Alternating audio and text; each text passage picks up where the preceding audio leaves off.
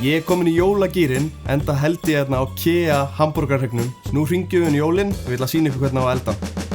Setja hann í stóran pott með köldu vatni, skinnið niður, svo tökum við beinið af þegar eldaður, þá haldast allir eins og góðu vökvar þarna inni. Það bara smá hvítlaukur, svo erum við með jólabjór. Skiptir ekki máli, bara að þetta sé jólabjór.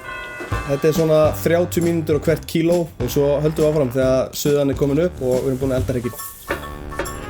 Þá erum við búin að sjóða hrygginn, aðeins skeri í hann, svo gleysinn fari inn í kjötið. Skreita hann aðeins, eða smá tími í þetta.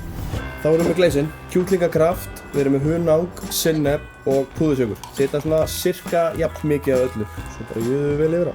Svo setjum við þetta bara inn í ofn og svo gott svona á 10 mínútna fresti að setja aðeins meiri gleys á. Jöfull lítur þetta vel út. Svona eru jólin fyrir mér, hó hó hó.